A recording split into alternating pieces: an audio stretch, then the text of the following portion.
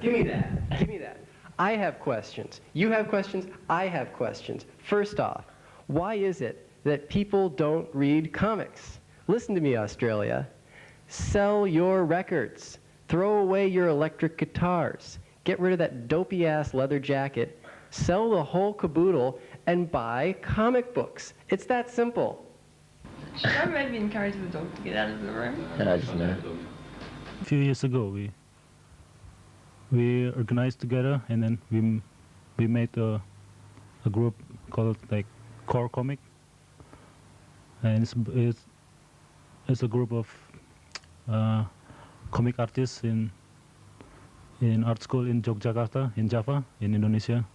And we try to publish our own comic. We edit by ourselves, lay out, and then publish it, and then sell it by ourselves. This is where I do, I guess, my best work. Yeah, this is where I'd like to do most of my work, but sometimes the weather doesn't allow it. Yeah, just come out here on a sunny day and yeah, just sit down and concentrate on the work and just tune everything else out, and it seems to be the best place for it. Finished Neil Blandon's cartoon course at TAFE and sort of got a bit fired up after that to go and do something. A long time ago, my family has a comic rental book, and then at that time, like on 70s, like 75, 76, before 70s, like my government, the Indonesian government, they said that comics in Indonesia is like poison. They make like a big campaign, like propaganda, and then it kills comic industry. Big Smoke is based on the idea that when you live in a big city, you're totally alienated from everybody, especially when you're living in a big city and working 9 to 5, that type of thing. And it's basically just autobiographical stories, and they don't really have an ending or a punchline or anything like that. Like, it was originally going to be called Nowhere Stories, because I like that concept of a story just starting and peaking, but it never just kind of ends, because that's kind of what life is about too. I might be sitting on a bus and something weird will happen, and I'll try and make the smallest possible event into a really interesting story. Hi, my name is John Weeks. I do quick draw. Welcome to my world. I had a friend who passed away. This was in '95. And he was very articulate. You know, he had a lot in common with a lot of the kind of ideas and goals and values I did. And then he carked it. And I realized that he had a lot of, interesting thoughts that had never really had a chance to be articulated. And he's a perfectionist. He was trying to get it all perfect, trying to get it in perfect form. And at some point, it really just sort of came to me. There was never any kind of, sudden thunderbolts realization. It just sort of grew on me that you can't wait for the perfect moment to say what you have to say. You got to practice. You got to kind of gig around town, as it were. And you've got to work your way up to saying what you have to say, rather than expecting it all to kind of, come to life perfectly realized. I distribute them basically by foot. I go out to shops and ask them if they support small press, particularly Australian small press. And apart from a couple of shops in Box Hill, which I probably shouldn't have tried in the first place, because they only sold manga comics, I haven't been knocked back yet. I walk around to stores, I photocopy it myself over the road, and then I just walk around. Comics influence tattoo, not tattoo influence comic. First tattoo, there's evidence. Yeah, okay. This is your first one. My first tattoo is like Donald Duck. Right. The story is basically about the main warfare between the evil and the good one, or like more issues that's like the devil and the angels. Like, it's like they're always fighting each other, and until we knew exactly who's the good or who's the bad. Right. Yeah, but sometimes we get confused, like to choose. This is actually one of my favorite. This is a beautiful comic. It specifically was designed by Atong and his friends to teach illiterate peasants and people that live in villages how to protest the government when they come in and say, you've got to get off your land, we're building a nuclear power plant. And that's specifically what this is about, to teach local villagers in isolated areas how to say no, because in most cases they don't know how. And you see this is a comic, and it's written in the local dialect of Javanese. I done a lot of comics like bedtime story, and then before that I make like small comic like John Wick's comics, like small thing. I'm much more familiar with the American scene. I guess we tend to kind of grow out of our own scene, basically, and move our way outward from that. American, who do I like? I like David Chelsea. I think he's way the hell underrated. Bob Fingerman, he's fun, not terribly deep. Peter Cooper. Anthologies, World War III Illustrated, great fun. I like a good political comic, or a comic that has strong political overtones. That's always fun. And they're getting harder and harder to find. I think one of the reasons in my more paranoid moments that comics have been less popular is because that they can articulate political ideas so easily. You try to sing something in a song, and you get like, what, Billy Bragg, Insurge. You try rhyming something with socio-economic political complex. It just ain't all that easy. But in comics, you know, you've got the things like Marx for beginners, Chomsky for beginners, all that stuff, and they pull it off wonderfully. Comics is much more representational. Music is much more abstract.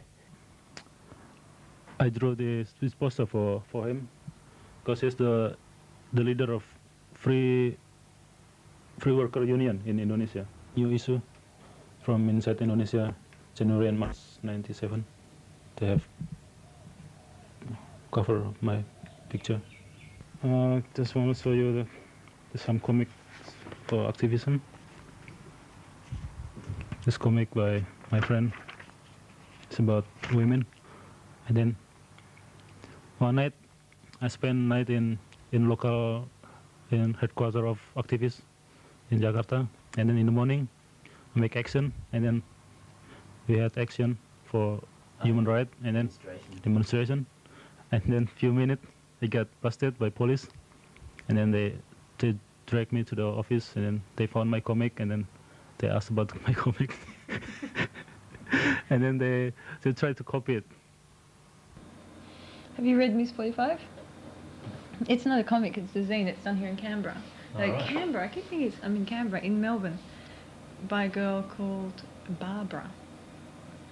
And I've actually contributed to her zine to the next issue, yeah.